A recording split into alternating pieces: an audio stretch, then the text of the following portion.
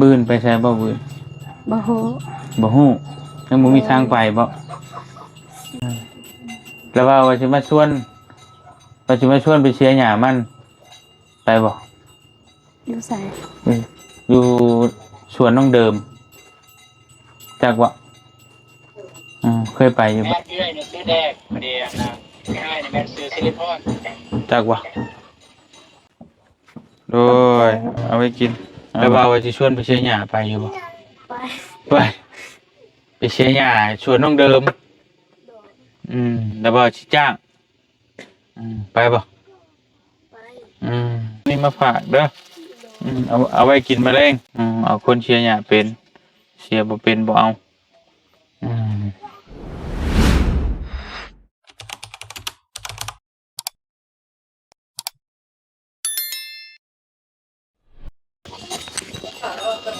เอาพี่น้องเลยเนาะกราบทักทายสบายดีพ่อแม่พี่น้องเบิดสุขุสู่คนพี่น้องเลยบ่ว่าสิอยู่ในและก็ต่างประเทศนะก็ยินดีต้อนรับเข้าสู่ช่องบ่เตียงทองบ้านนาอีกแล้วเด้อพี่น้องเด้อเด็ดส่องหูส่องตาพี่น้องเอ้ยมามื้อนี้ก็ได้บ่เตียงมาอยู่บ้านทงวายเนาะเมืองทะแตงแขวงไส้กรองคือเก่าพี่น้องเอ้ยพอดีบ่เตียงมื้อนี้เนาะมีเรื่องพี่น้องเอ๋อยากมาแจ้งหน่อยนึงพอดีทางงานเมพิมพ์เป็นฝากเงินมาให้บ่เตียงให้จ้างคนไปเสียหญ้าหรือว่าไปไดหญ้าภาษาไทยเอิ้นว่าไดหญ้าเสียหญ้ามันต้นหรือมันสำปะหลังของน้องเดิมนั่นแหละเพิ่นอยากช่วยน้องเดิมเห็นน้องเดิมบ่สบายเลยแล้วยังสิฝืนไปนะแต่เพิ่นอีตนเพิ่นก็ได้ให้บ่เตียงเป็นธุระให้หาคนไปเสียหญ้าให้แน่ว่าซั่นเนาะเพิ่นสิจ้างเพิ่นอยากได้ประมาณ20คนพี่น้องเนาะวันละแสนกี่ประมาณ100 กว่าบาท170-80 บาทนี่แหละประมาณนี้พี่น้องเลยบัดนี้บ่เตียงก็คิดเห็นว่าทั้งน้องฝนเพิ่นเคยไปเชียร์หญ้านะแล้วก็น้องหานนี่แหละเดี๋ยวบ่เตียงสิไปถามเพิ่น ว่าเพิ่นสิไปหรือบ่หรือว่าจังใดเนาะแล้วก็ว่าสิชวนน้องบองไปนำแน่เพิ่นก็เคยเป็นเจ้ารับจ้างคือกันแต่ว่ากับเบิ่งความเป็นจริงอีกเทื่อนึงก่อนเพราะว่าเอื้อยเพิ่นก็ป่วยนะว่าเพิ่นสิไปได้หรือบ่หรือว่าจังได๋ก็จังอีกถามอีกเทื่อนึงเนาะพี่น้องเนาะแล้วก็สิชวนน้องสาลีไปนำแน่เพราะว่าเพิ่นก็ว่างอยู่จะให้แม่เพิ่นอยู่นำสร้างเฮ็ดเรือนหรือว่าจะให้แม่เพิ่นไปน้องสาลีอยู่ก็ได้นะพี่น้องเอ้ยแต่ว่าสิมาหาสาวฝนก่อนน้องฝนก่อนบ่ฮู้ว่าเพิ่นสิไปสิหยะได้อยู่เรือนอยู่บ่มื้อนี้เนาะโอ้ยยังไงเนาะสูบกระบ้องอยู่โอ้ตายแล้วอันนี้สบายดีเลยสบายดีบ่ได้ไปใช้บ่มานี่บ่ฝนตกโอ้ฝนตกก็ไปใช้บ่ได้บ่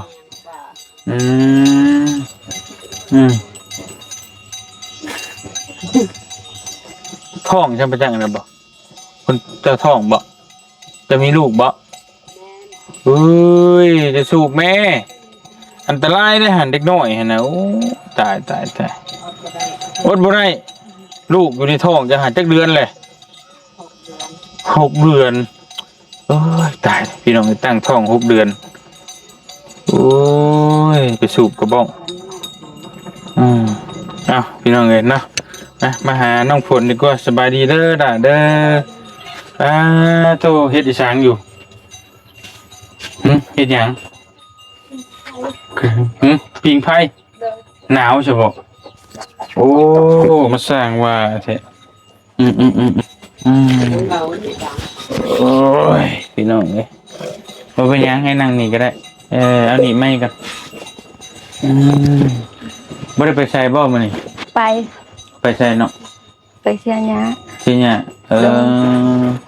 เชียร์หญ้ามันบ่เชียร์หญ้ากาแฟเชียร์หญ้ากาแฟเด้อเพิ่นจ้างมึงเท่าใดเชียร์หญ้ากาแฟ70 70,000โดยอยู่ใส่หอยยองไก่บ่ไก่ย่างไปบ่เนาะโดยกลับมาแล้วตอนนี้น่ะ โดย คือมาตะเว้นเถอะเพิ่นให้เลิกจังโมง บ่ฮู้เพราะว่าฝนตก ฝนตกเลยเลิกเลย บ่แม่น ฮะ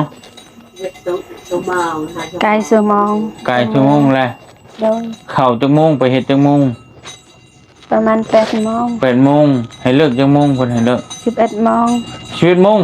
โดย หึ โดย โอ้คืออ่าก็ถือว่าบ่โดนบ่ได้เลยเนาะอื11โมงตอนบ่ายก็เข้าต่ออีกบ่ โดย จังโมงบัดนี้เข้า ประมาณ12โมง อืมตอนเที่ยงฮะ โดย แล้วก็เลิกจังโมงบัด ปกติก็4-5โมงแต่ว่าตอนนี้ฝนตกเลยมื ฝ อนไหว ตกแล้วเพิ่นให้เลิกก่อนเนาะ มื้อละ70,000พอดีมื้อละ100 บาทพี่น้องพี่น้องเอ้ยเนาะบื้นไปใช่บ่บื้น บ่ฮู้ บ่ฮู้ยังบ่มีทางไปบ่ เสื้อเปียกเบิด หึ เสื้อเปียกเบิด เสื้อเปียกเบิดแหละ โดย บ่มีเสื้อใส่เสื้อบ่มีเสื้อใส่ใช่บ่ โดยพอเปียกแล้ว ไอ้ยังเปียกเบิดจ้ะวะ เสื้อ เสื้อ โดย อ๋อบ่มีเสื้อใส่ไปเฮ็ดเวียก โดย เบิดเปียกเบิดทุกตัวฮะ โดย บ้าคือเสื้อบ่ได้หลายตัวนึง ตากฝน อืมเสื้อไปใส่เบิดระเบาให้กี่ได้หั่น ใส่อยู่เฮือน เปียกเบิดคือกันว้าว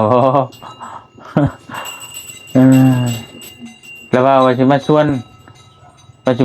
ชียร์หญ้ามันไปบ่ อยู่ใส่ อยู่สวนน้องเดิมจากวะ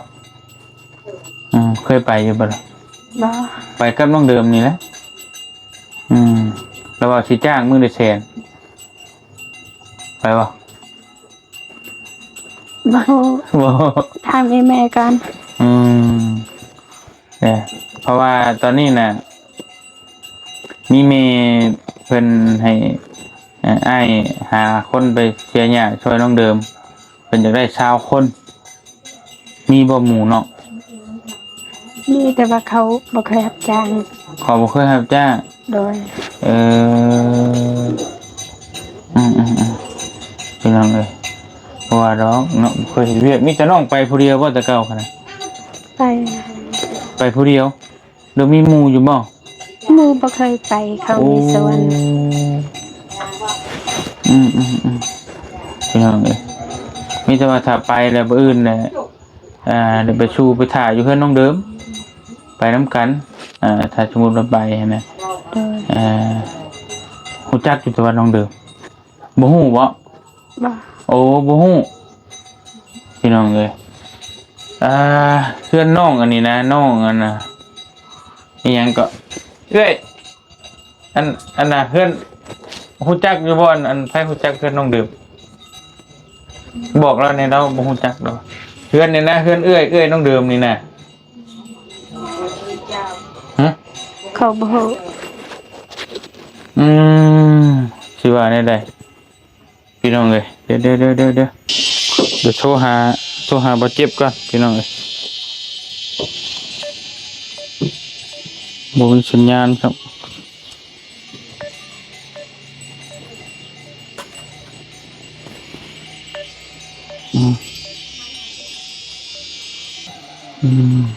เอามานั่งนอกพี่ก็ได้ล่ะอย่าว่ามันมืดน้องเดิมน้องสาลีฮู้บ่ ฮู้ น้องหานฮู้บ่ ฮู้ นั่นแหละไปน้ำกันนั่นแหละเพิ่นก็สิไปอยู่บื้นหั่นนะพี่น้องอาสิสิไปจ้างคนให้เสียหญ้าให้เสียหญ้ามันอยู่นะอยู่ใกล้เขื่อนวันละ100,000กีบ อะไรคุณหมอ โหลบ่ตูนอันก็ถามแน่อันน่ะอันเอ้ยน้องเดิมน่ะเพิ่นชื่อหยังเกาะ คือน้องเดิม โดย บ่จื้อนะ อันน่ะพี่อ้ายเพิ่นได้จะฮู้จักว่าบอกน้องฝนแน่เพราะว่าอันเราว่าบ่จักหันนะว่าจะไปเชียร์หญ้ามันน่ะนะอยู่เพื่อนน้องเดิมแหละเราว่าบ่จักน้องเดิมหั่นนะเป็นพี่อ้ายแล้วชื่อหยังก็ แต่เขาเอื้อน้องเดิมซื้อแดงแล้วก็พี่อ้ายมันซื้อซิลิคอน แดงก็แดงก็สิริพร เอื้อยแม่เอื้อยเนี่ยซื้อแดงเดียวนะพี่อ้ายเนี่ยแม่ซื้อซิลิคอน จักบ่บ่จัก โดย เพิ่นว่าบ่จัก ดาวันเราฮู้ดาวันบ่ดาวันอาวี โห ฮู้อยู่บ่ โห น้องสาวนั่นแหละน้องชายเดือนดาวันซื้อซิลิคอน อืมเราว่าเราบ่ฮู้หั้นนะฮู้อยู่บ่ฮู้แล้ว โห เออ นี่แหละแม่นแหละคนนั้นแหละ อืมโอเคเนาะ โอเคประตูนขอบใจเฮ้ยเอาผมเป็นคนบ้านนี่พี่น้องก็ได้ชื่อสารกันยากหนิดนึงนั่นแหละอยู่หน้าเพิ่นน่ะพี่น้องเนาะอยู่ใกล้เพื่อนนี่แหละไปเชียร์หญ้ามันว่าซั่นมีแต่ว่าถ้าแนวใดก็ถ้าสิไปก็น้องชวนหมู่ก็ได้เด้อชวนถ้ามีหมู่ไปหั้นนะถ้าบ่ไปก็ให้บอกให้สิได้ให้เพิ่นหาคนแถวนั้นคนนำกันนี่แหละคนอยู่นี่แหละไปเชียร์หญ้าเชียร์หญ้ามันพี่น้องเอ้ยหรือว่ามีอยู่บ่หมู่ไปนำบ่มี สิบ่มี บ่มีบ่ใช่น้องนำมื้อนี้ได้บ่ไปบ่เชียร์หญ้าน้องจะบ่ไปบ่ เอาหมองแปง ไป เอาสัตว์มีแต่ว่าคำว่าน้องสิไปกับอื่นเดี๋ยวอ้ายสิมาสู่เด้อนั่นแหละหลายผู้หลายคนอยู่ไปหรือว่าไปถ่ายอยู่เพื่อนเราก็ได้จักอยู่บ่เพื่อนเราบ่ฮู้ บ่โห โอ้ยพี่น้องเอ้ยแต่ฉันมีแต่อ้ายสิพาน้องสาลีน้องหานเด้อฮู้จักอยู่เด้อ โห น้องสาลีเดี๋ยวมาสู่เจ้าแล้วก็จะไปกับเจ้าไปเด้อ โดย มื้ออื่นตอนจะประมาณ8-9 โมงนั่นแหละพี่น้องเอ้ยไปเดี๋ยวเอาอันนี้กินให้เพิ่นกินก่อนโอ้ยกินข้าวกินน้ำและบ่มื้อนี้โอ้ยพี่น้องเอ้ย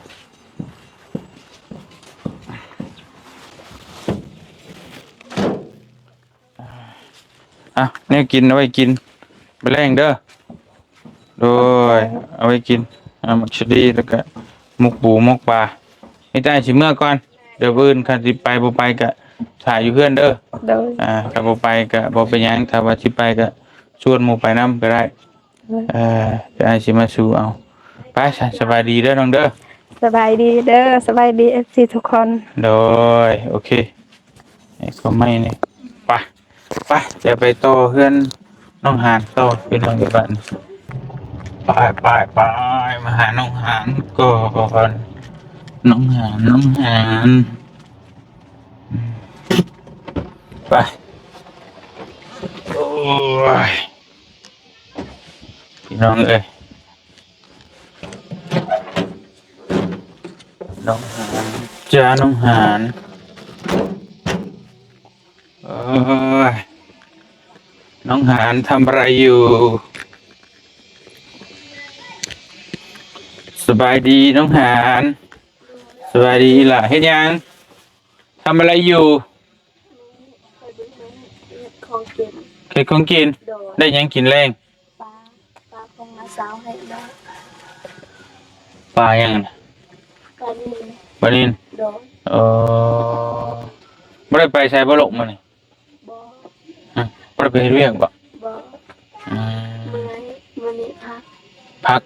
บื้นได้ไปใช้บื้น มื้อไปเสียหน้าให้ต่อ เช่นหยังให้ใช้ ไปพูด บ่ โดย แล้วว่าจะชวนไปเชียร์หญ้าไปอยู่บ่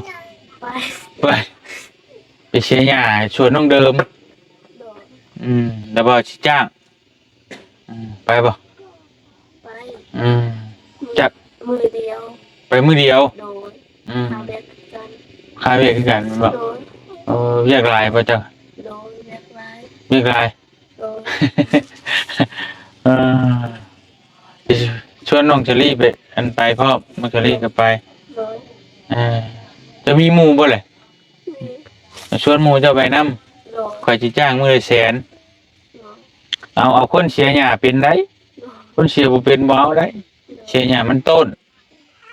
เจ้าไปเสียหญ้าหยัง เสียหยาให้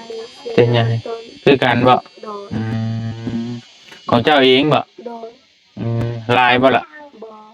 บ่ลาย โดย จะสิแล้วแหละจักมื้อสิแล้ว โอ้โหคือกัน งงคือกันพี่น้องไกลบ่เจ้าย่างไปบ่ ไกล ป้าตัวเมื่อนั้นคือข่อยเห็นเจ้ามาแต่ทางนั้นพุ่นบ่ โดย อืมพี่น้องชวนให้เราจะต้องพุ่นสามมื้อนี้นะแล้วเอาอันนี้มาฝากเด้อ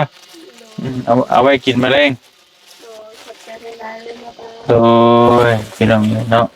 ก็มาชวนน้องหานเพิ่นเอ้ยเจ้าเด้อเอ้ยจะไปบ่เอ้ยเจ้า บ่จักคือกัน มาถามเอ้ยเจ้าเด้อ โดย ก็มาสิไปก็สิมาหาเอามื้ออื่น โดย เพิ่นสิให้มื้อละแสนเสียเป็นนี่เด้อบ่ะเสียหญ้าเป็นนี่เด้อบ่ะเอาคนเสียหญ้าเป็นเสียบ่เป็นบ่เอาเสียบ่เป็นแล้วไม่เอา โดย เนาะตัวเสียเป็นอยู่แล้วเจ้าเนาะ เป็นแต่บ่ไหว บ่ไหวก็บ่เป็นหยังพี่น้องเจ้าไปเสียหญ้าเจ้าน่ะไปจักโมงเจ้า ไป7 โมง ลงมาพี่ก็ได้ลงมาลุมไปมันบ่เห็นคักปานใดพี่น้อง7 โมงเช้าพวก โดย มาจักโมงบัดนี้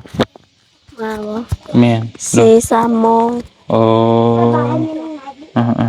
พี่น้องน้องหานนี่ก็เป็นอีกคนหนึงที่ว่าFC ก็ให้ความสนใจเพราะว่าบ่เตียงก็มาหาเราเรื่อยแต่ว่ายังบ่มีผู้ช่วยตอนนี้มีคนมาช่วยเจ้าอยู่บ่ล่ะมีช่วยหยังนี่มีบ่ บ่ บ่มีหยังเลย บ่ เออใครตุนเนาะอยู่ได้พี่น้องอยู่เป็นคนดุคนมันบ่ได้อยู่ซื่อๆแต่ว่าก็มีช่วยเด็กๆน้อยๆพอได้อยู่ได้กินนั่นแหละบ่เตียงก็ซื้อของมาฝากมาต้อน โดย เด็กๆน้อยๆแต่ว่าของแบบเป็นชิ้นใหญ่ๆยังบ่มี โดยบ่เป็นหยัง บ่เป็นหยัง โดย